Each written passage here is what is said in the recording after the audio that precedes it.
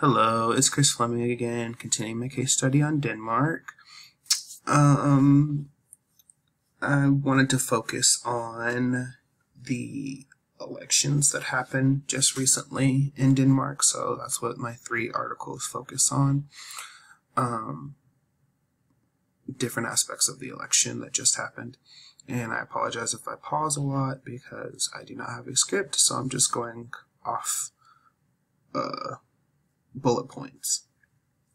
Anyway, the first article that I covered was by the Associated Press, and it says, "A look at what's at stake," or what is at stake in Denmark's general election. So the interesting part that I found within this some of the interesting parts I found within this article start with it talks about the main contenders, which is of the two main parties that are trying to gain control, and the Social Democrats are the left-leaning party within Denmark, or one of the left-leaning parties within Denmark, and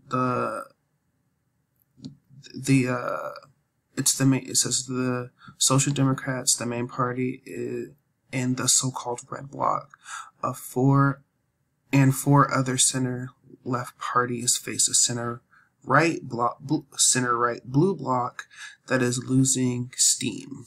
So what I found interesting about that is that the left-leaning parties are considered a red bloc, and the right-leaning parties are considered a blue bloc. When in the United States we have, just the opposite, where the left-leaning party in the United States is blue and the right-leaning party is red. Anyway, continuing, the other main contender is the Prime Minister, which is the part of the main right-leaning party in Denmark, and he has a three-party coalition. It says, right before that, it says that the left-leaning bloc has 4 other center-left parties, and the blue bloc is splintered into 8 parties. Anyway, the Prime Minister is trying to do a 3-party coalition, but they aren't campaigning together, and they don't want to rely on the support from the anti-immigration newcomers, which are further right on immigration. Let me see. Let's continue. The key issues within the election. The key issues that were focused on the election were immigration and climate, and I will talk about those more in the next article. The likely outcomes of the election, which were predicted that the Social Democrats would take on a bigger share of the of Parliament after having lost a few seats in lost quite a bit of power in the last election in 2015. Let's see, and it also talks about how Mette Frederiksen would likely be, as the lead of the Social Democrats, would likely become Prime Minister, which she did. I've mentioned that in my last video. Hold on, I'm gonna pause here to find what I need to find next. So continuing on, there are it talks about the center right, which is the other main opposition, or the other main party, the right-leaning party in Denmark that is looking to keep control. And it talks about the Prime Minister, that was there previously, and that's now the former Prime Minister, and how they passed laws that range from a ban on garments covering the face, including Islamic veil, such as the niqab, a burqa, and to require newly arrived asylum seekers to hand over valuables such as jewelry and gold to help pay for their stay there. the immigration issue comes up a lot within the 3 articles that I mentioned, that I've picked for this case study. I'm so sorry, I'm having trouble speaking today.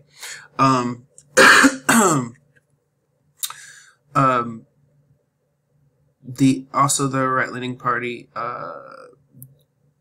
I forgot to mention, under key issues, instituted cuts and cuts to the social programs in Denmark, and they have a very robust welfare state there. And I'm assuming that's another reason why they lost party. Now, these last 2 sections talk about the Populists, which was the Populist Party, one of the populist parties, and how they have lost. Voters have turned away from the party because of fraud scandals, including European Parliament funds involving European Parliament funds, domestic backpedaling, but also criticize them that it's no longer a protest party and doesn't give enough attention to climate change and the environment and environmental protection.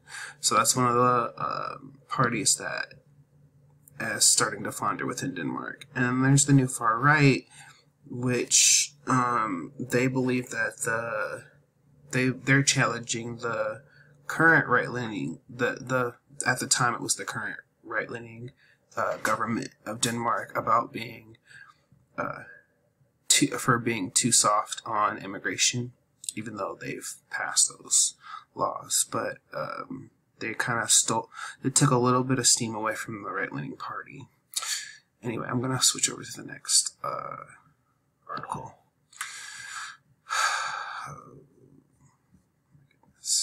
Okay, so this next article is from the New York Times. It's called "Denmark's Election is Fueled by Anger on Climate Change and Immigration." The beginning of the article, or one of the first things mentioned at the beginning of the article, was that there was a protest or a demonstration of climate activists in Mette Frederikson's hometown, and they criticized her heavily because she didn't know the carbon footprint of the red roses that she brought to her campaign stops to give away. And she also was criticized for failing to mention the Paris Climate Accord.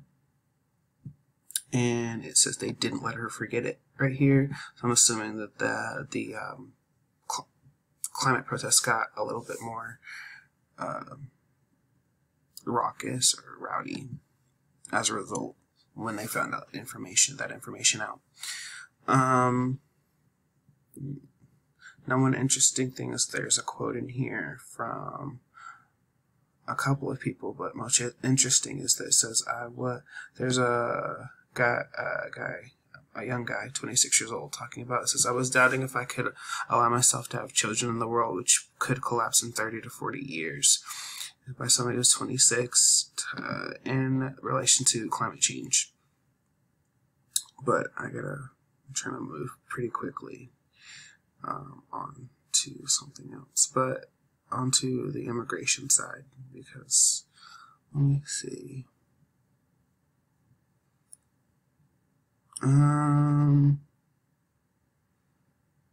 Okay, it says they were trying to do a segue for the right-wing parties. Oh, my antivirus popped up. Hold on, let that go away. The right-wing parties were trying to change the conversation over from climate change to immigration, because they didn't want to focus on climate change. And it mentions early in the article that they were talking about right-leaning parties calling those focusing on climate change as climate hysteria. But anyway, I will continue. Now, here's the interesting thing, a continuing theme, which is, it says, during the 1990s, Danish People's Party was the first party to criticize immigration and integration policies. And I'm trying to just not highlight all of this, just this. immigration policies. Since then it has used electoral success to toughen Denmark's policies on immigration. Face covering is banned in public, and benefits are reduced for asylum seekers. So, like I mentioned, this is a continuation of one of the immigration policies that the right-leaning government has instituted. And immigration was a big issue. There is some, let's see. Okay, it says, there was a quote from an editor. It says, the voters certainly want strict immigration policy, but there is a different kind of deliberation and reflection across the board now. The left-wing party in Denmark, one of the reasons they lost power was the fact that they were a little softer on immigration. So now that one of the reasons they gained power again was because they got harder on immigration.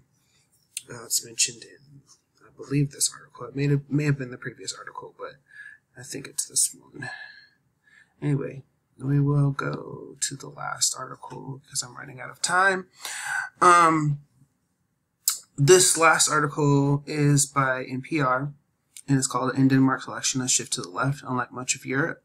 So this article basically focuses on the contrast between how Denmark went over to more left-leaning politicians as opposed to the rest of Europe, which are moving to more right-wing politicians, or voting in favor of right-wing politicians, which is a trend not just in Europe but around the world, i.e. the United States is a good example. Anyway,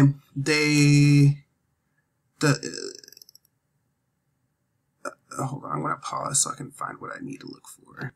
Okay, so continuing on with this article, it says, in Denmark, the Social Democrats are holding their own and appear to be poised to take back the reins of government after Wednesday's election.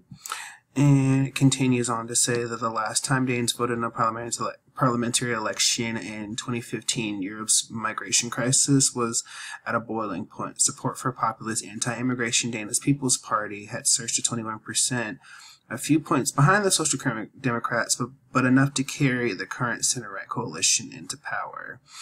Now, this touches on the immigration policy thing once again. Like I said, it kept coming up over and over again when I was looking into the elections. And another thing about how the Social Democrats had lost power. Now, Mette Frederiksen, the Danish Prime Minister, came out with a statement and they quoted her. It says, "I know that many Danes are worried about the future," she said, "worried about jobs, about open borders, about whether we can find a balance in immigration policy." Like I said, immigration comes up a lot. Let me talk more about the 2015 elections. And okay, this is the main. This is what they were talking about. So it says the platform, includes a Marshall Plan for Africa intended to stem the flow of migration by improving conditions at the source. But the Social Democratic Party members have also played a part in headline-grabbing initiatives more commonly associated with hardliners, like allowing police to seize jewelry and other assets from refugees, a burqa ban, and a plan to put certain rejected asylum seekers on an island previously used for infectious disease research. So the Social Democratic Party has moved to the right on immigration, and that's one of the reasons that they gained control of government. And there's a few other things mentioned about